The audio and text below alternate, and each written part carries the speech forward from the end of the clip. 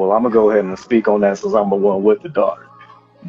You literally are the foundation of her future of who Right. she is going to choose as a mate.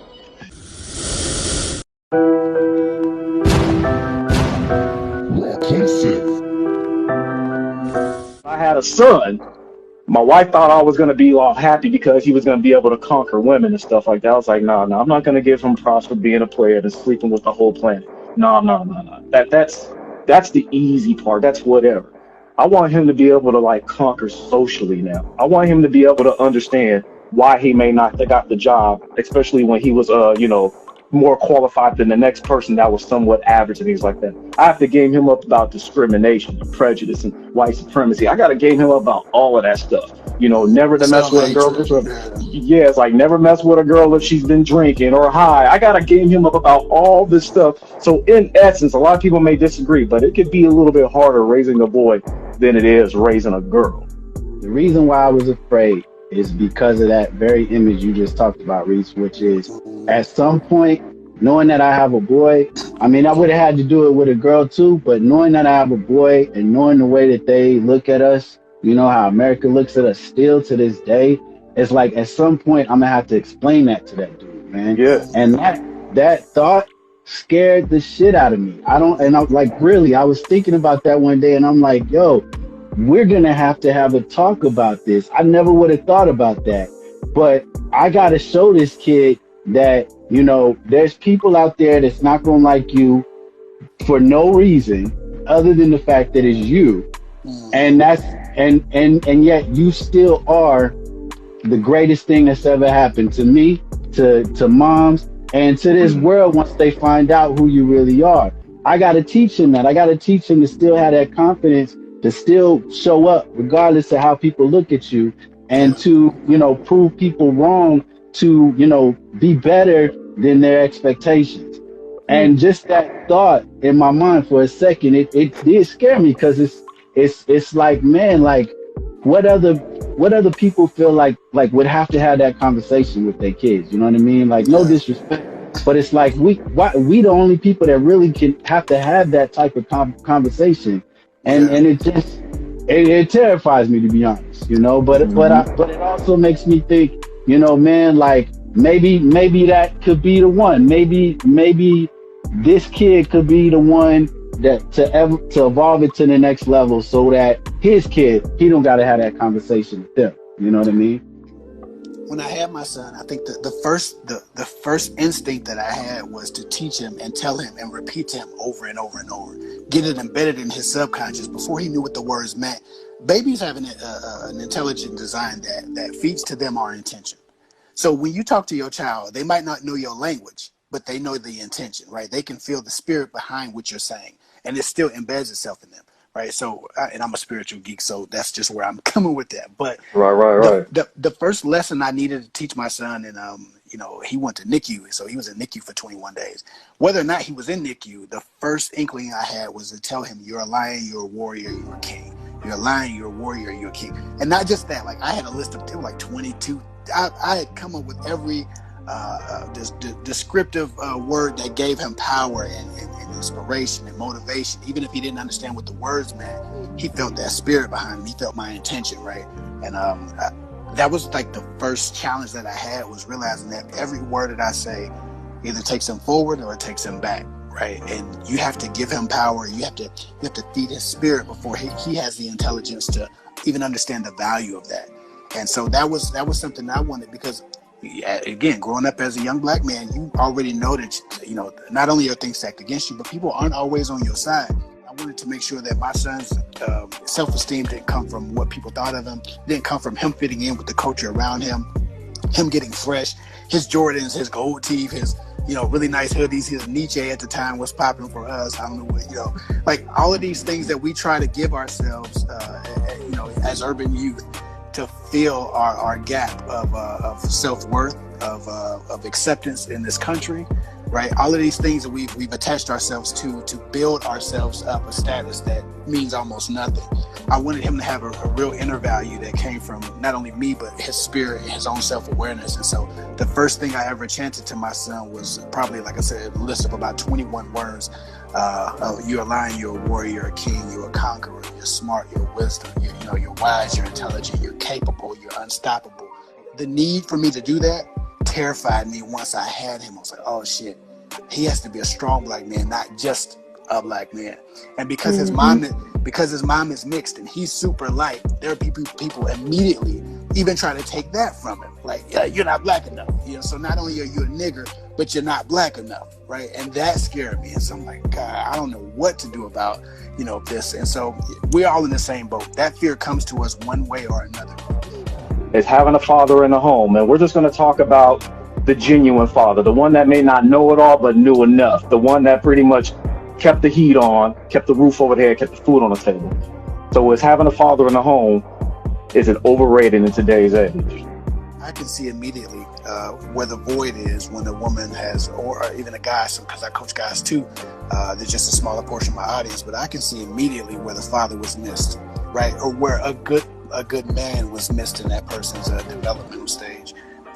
It is not overrated. It can't be understated that men, real men who respect the mentorship and the guidance and the leadership, they are invaluable and they need to be in the household. Not that a woman can't do it, but she shouldn't have to do it. The problem is when a woman does it, is it warps a young man or a young woman's point of view and perspective into thinking that because they saw a woman do it, that it should be done that way, or that's the best or optimal way to do it, right? So let's say a young man sees a woman do it. Well, he grows up thinking that, my mama did everything. I don't have to stick around for this kid. I know women can do this. Women do it all the time.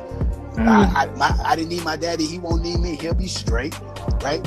Send some money over there. It's child support time. That's all they give that kid because he's seen his mom do it. It looks like a woman's job when it is not, right? A young woman, I don't need no man. I don't need no man. So what does she do? She cheapens her experience.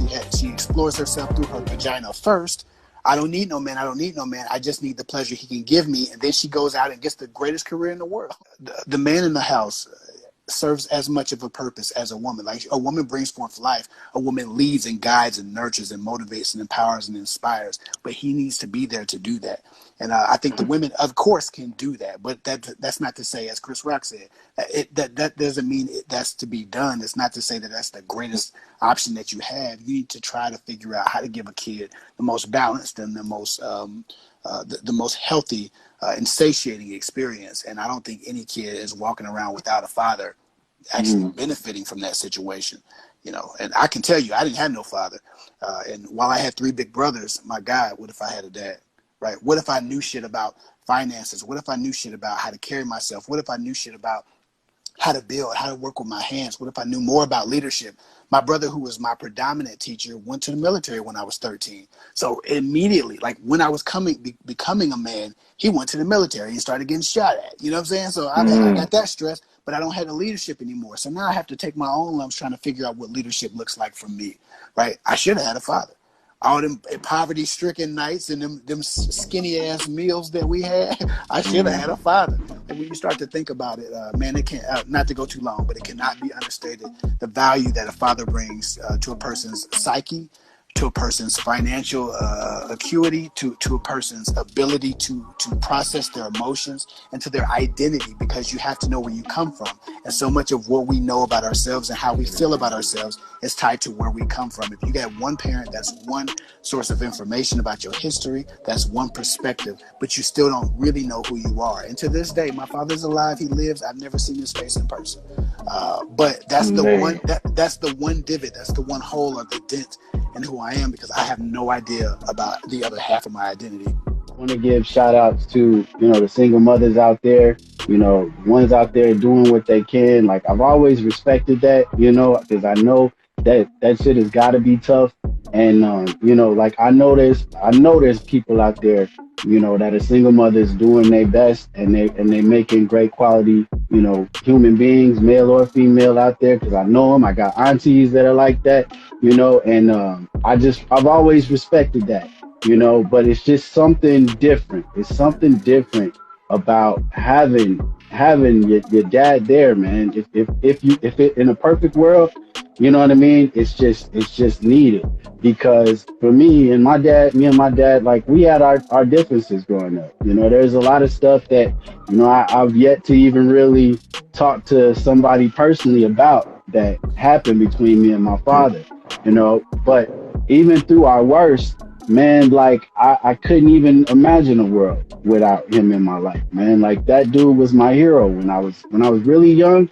That dude was my hero. Like I got the world looking at him.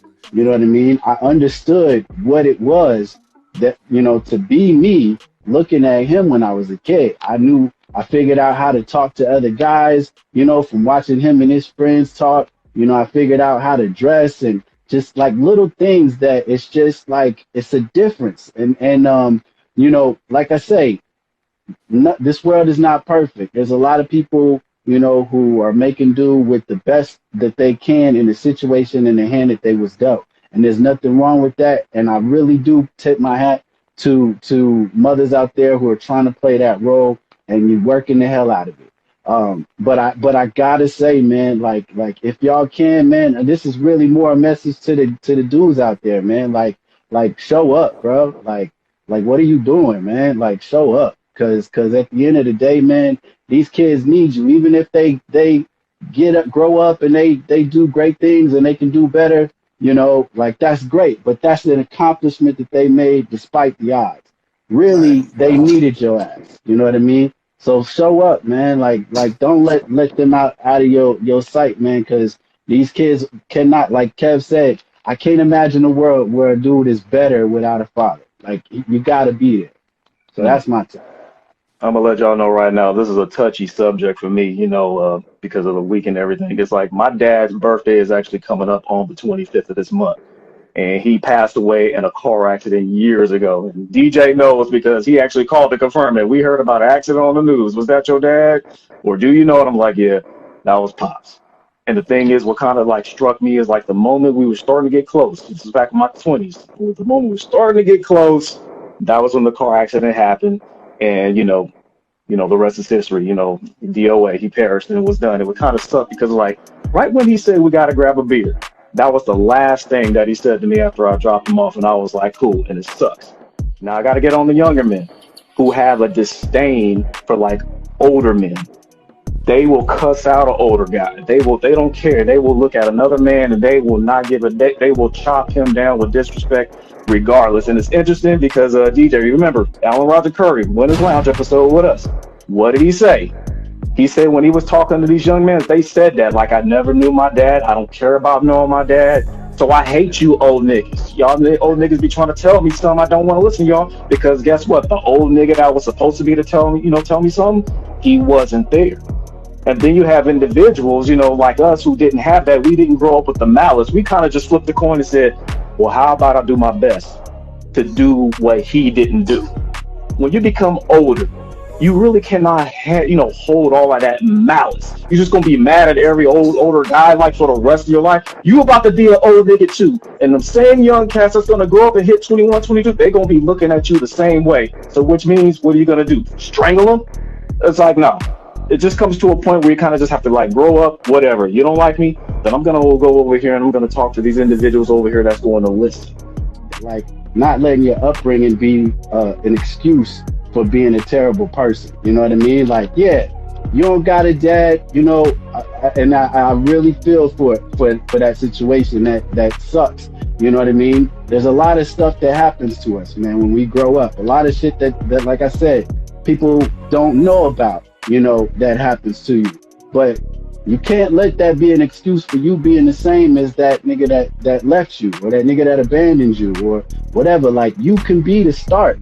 You could be the start of, all right, man, like I'm gonna prove these people wrong. If anything, if you gotta use that anger that's in you, use that anger for that. You know what I mean? Like that dude did that to me. I'ma show this nigga like what it is to be a father. Because when I got this kid, man, he's gonna grow up and he's gonna know what it's like. You know what I mean? He's gonna know what it's like to have me around. You know what I mean? And show him how to be. Like I just think like that's bars, man. Like don't let that be the reason that you become a terrible person.